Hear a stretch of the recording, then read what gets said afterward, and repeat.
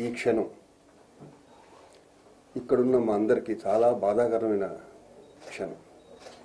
సరిగ్గా 31 సంవత్సరాల క్రితం, వచ్చే నెలకు 31 ఇయర్స్ అవుతాయి, మేమందరం పొట్టజేత పట్టుకుని ఒకళ్ళు కరీంనగర్ నుంచి, ఒకళ్ళు హైదర్ ఓల్డ్ సిటీ నుంచి, నేను రామ్ జగన్ భీమవరం నుంచి, విజయ్ యాదవ్ గౌల్గూడ నుంచి, ఇలా రకరకాల ప్లేసుల నుంచి, అవుత్ ప్రసాద్ కర్ణాటక నుంచి, రకరకాల ప్లేసుల నుంచి సినిమా ఇండస్ట్రీ మీద మోజుతో ఒక ఖర్చుతో మధు ఫిల్మ్ ఇన్స్టిట్యూట్ పెట్టారని తెలిసి ఫస్ట్ బ్యాచ్లో జాయిన్ అయ్యాను.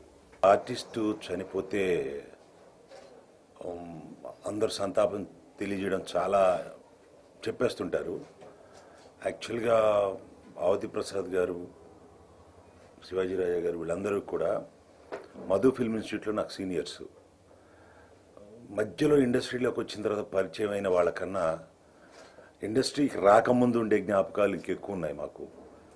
చాలా అనుబంధంతో మా బ్యాచ్ అప్పుడు తను ఒక సీనియర్గా, ఒక ఇన్ఛార్జ్గా అక్కడ మధు ఫిల్మ్ ఇన్స్టిట్యూట్లో ఉంటూ గైడ్ చేస్తూ ఉండేవాళ్ళు.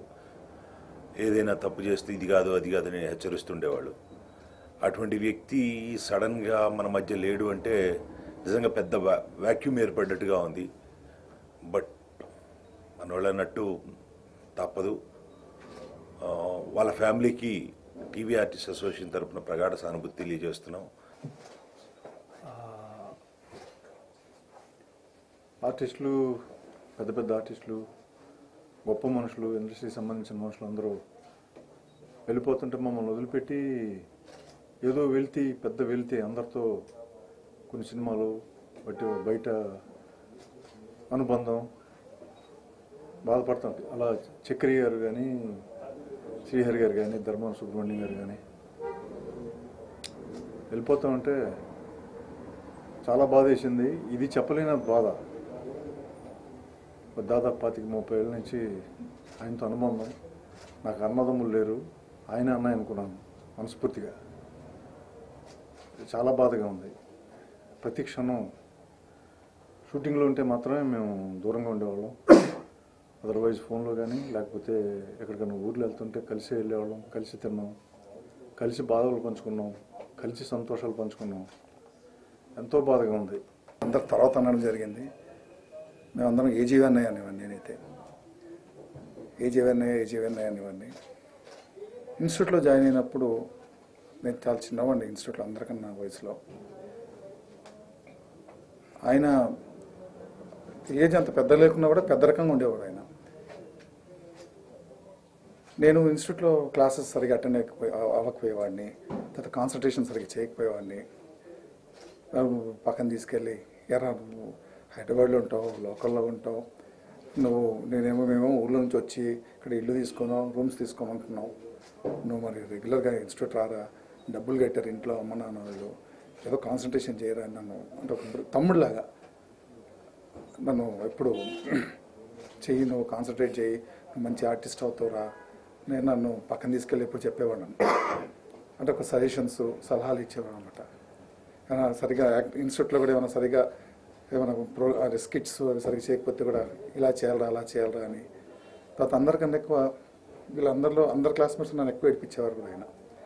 అంటే మామూలుగా నాకు ఎక్సర్సైజ్ అంటే పిచ్చి, ఆయన ఎక్సర్సైజ్ మీద ఎక్కువ ఇంట్రెస్ట్ చూపించేవారు. అలాంటివన్నీ నాకు వరే ఎడికి చూడు, కండలంటే పిక్చర్ ఎడికి, కండల వీరుడు అని అనేవాడు.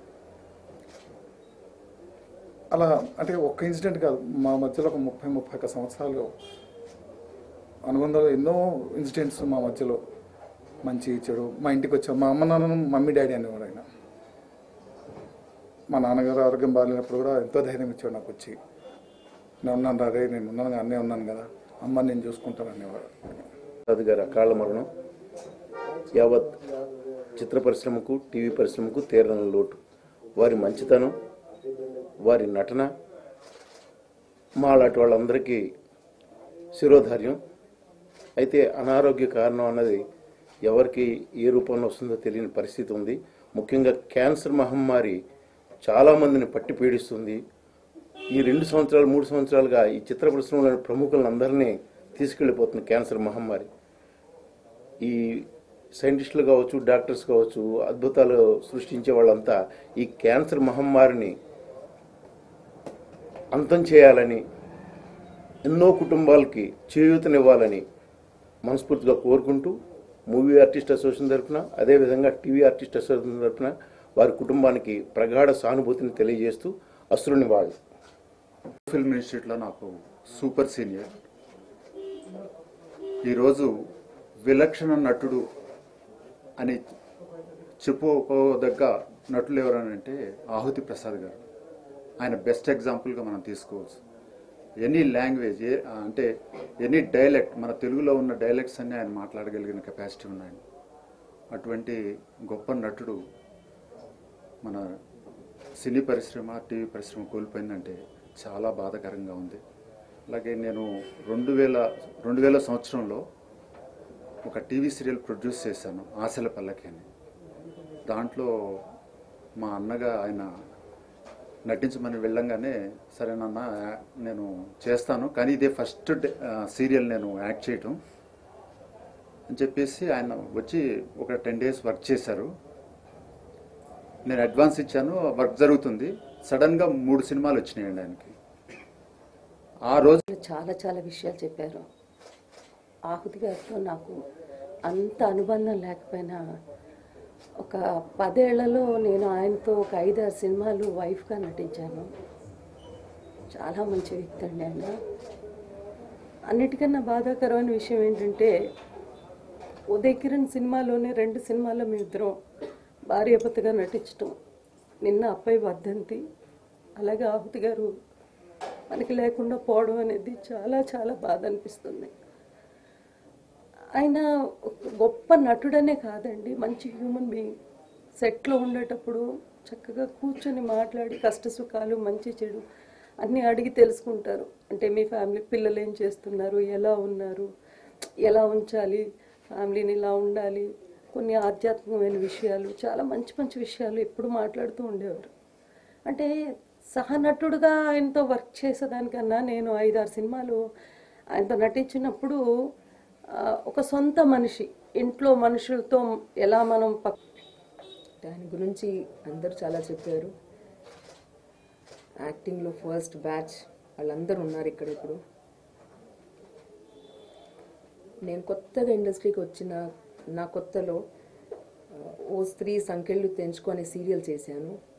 ఆయన అప్పటికే మూవీస్ చేస్తున్నారు. ఒక సీనియర్ ఆర్టిస్ట్ నేను వర్క్ చేయబోతున్నాను, ఎలా ఉంటారు అని నేను కొంచెం భయపడ్డాను అప్పుడు.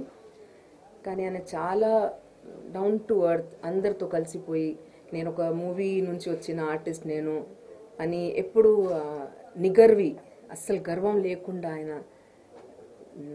నేను కొత్త ఆర్టిస్ట్ కదా అని ఫీలింగ్ పోగొట్టేలా ఆయనతో పాటు వర్క్ చేయించగలిగారు. నేను చేసిన తర్వాత నన్ను పొగిడారు, చాలా బాగా చేస్తున్నావు అని చెప్పి. సో ఆయన పొగడంతో నేను ఇంకా బాగా చేయగలిగాను అప్పుడు. సో ఫస్ట్ పరిచయం నాకు అలా జరిగింది ఆయనతో. తర్వాత విజయ్ యాదవ్ గారు, వీళ్ళందరూ, జగన్ గారు, వీళ్ళందరూ బ్యాచ్, వీళ్ళందరి ద్వారా ఆయనతో ఇంకెక్కువ పరిచయం ఏర్పడింది. సంతోషం మూవీ, చాలా తక్కువ మూవీస్ నేను చేసిన దాంట్లో ఒక 2 మూవీస్ ఆయనతో నేను వర్క్ చేశాను. ఇండస్ట్రీకి పెద్ద లోటు డెఫినెట్గా. ఒక మంచి నటించిన అనుభవం అనేది చాలా తక్కువ అండి. కానీ డబ్బింగ్ జరుగుతున్నప్పుడు చాలాసార్లు స్టూడియోలో వారిని కలవడం జరిగింది. నేను డబ్బింగ్కి వెళ్ళినప్పుడు 2-3 సార్లు ఎల్వి ప్రసాద్ స్టూడియోలోనూ రాఘవ స్టూడియోలోనూ కలవడం జరిగింది. సూర్యవంశం సినిమా డబ్బింగ్కి నేను 2 పాత్రలకి 2 విధాలుగా నేను వాయిస్ని చేంజ్ చేసి చెప్తున్నప్పుడు, మాడ్యులేషన్ చేస్తున్నప్పుడు ఆయన అన్నారు, ఇంత చక్కగా చెప్తున్నావు రమ్య, నువ్వు డబ్బింగ్ మాత్రం మానద్దు, వాయిస్ నా ముందు 2 క్యారెక్టర్స్ ఒకేసారిగా మార్చి చెప్పావంటే ఇట్స్ టూ గ్రేట్ అమ్మా అన్నారు. అలాగే లాస్ట్గా నేను కలిసింది సీతమ్మ వాకిట్లో సిరిమల్ల చెట్టు సినిమా షూటింగ్ టైంలో రామోజీ ఫిల్మ్ సిటీలో అన్ఎక్స్పెక్టెడ్గా నేను అక్కడ ఉండటం జరిగింది. రమాప్రభ గారు మేమందరం కూర్చొని ఉంటే వారు వచ్చి, అమ్మో ఎప్పుడు వచ్చావరా ఇక్కడ, నువ్వు ఉన్నావు ఎందులో అని అడగటం, మాట్లాడటం, అదే జోక్స్. అలాగే ప్రసాద్ గారు 2-3 సార్లు పార్టీకి పిలవటం, ఆ పార్టీలో కలవడము, ఎక్కడ కల్పించినా అసలు యుగో అనేది ఉండదు మనిషికి. ఆప్యాయతగా ఎప్పటి నుంచి అసలు కుటుంబం ఎప్పటి నుంచో కలిసి ఉన్నట్లుగా కనిపిస్తారు, మాట్లాడతారు. ఏం చేస్తున్నావు, ఎలా ఉన్నాయి, నీ లండన్ ప్రాజెక్ట్ ఎలా ఉంది, నీ డాక్యుమెంటరీస్ ఎలా ఉన్నాయి, ఎప్పుడు నన్ను ఆప్యాయతగా అడిగేవారు. అంటే ఆహుతి సినిమా నుంచి ఆయనకి ఆహుతి ప్రసాద్గా మార్చుకున్నారు. అలాంటి వ్యక్తి మన ముందు లేరండి. అంటే నేను రాలేపోయాను, షూటింగ్లో ఉన్నాను. అంటే రీసెంట్గా మా మదర్ పోయింది. అంటే ఒక మనిషి చనిపోతే ఎలా ఉంటుంది ఆ ఇంట్లో క్లైమేట్ అనేది నాకు బాగా తెలుసండి. అంటే సినిమా ఇండస్ట్రీ అంతా ఒక కుటుంబం, నటకులం ఇది. అలాంటి దాంట్లో ఒక మనిషి పోయారంటే అది ఎంతో వెళ్తండి. ఆ వెళ్తుని ఎవరు తీయలేరు, కానీ ఆ దేవుడికి తెలుసు ఎవరిని ఏ టైంకి తీసుకెళ్ళిపోతారు. కానీ ఇండస్ట్రీలో కొంతమంది పోతే చాలా బాధ అనిపిస్తుందండి. అంటే వాళ్ళ నటన కానీ, ఇంట్లో రోజు మనం చూసే సినిమాలు కానీ, రోజు వచ్చే దాంట్లో అతన్ని చూస్తుంటే అరే లేరే ఈ మనిషి అనేసరికి ఒక బాధ కలుగుతుంది. వాళ్ళ కుటుంబానికి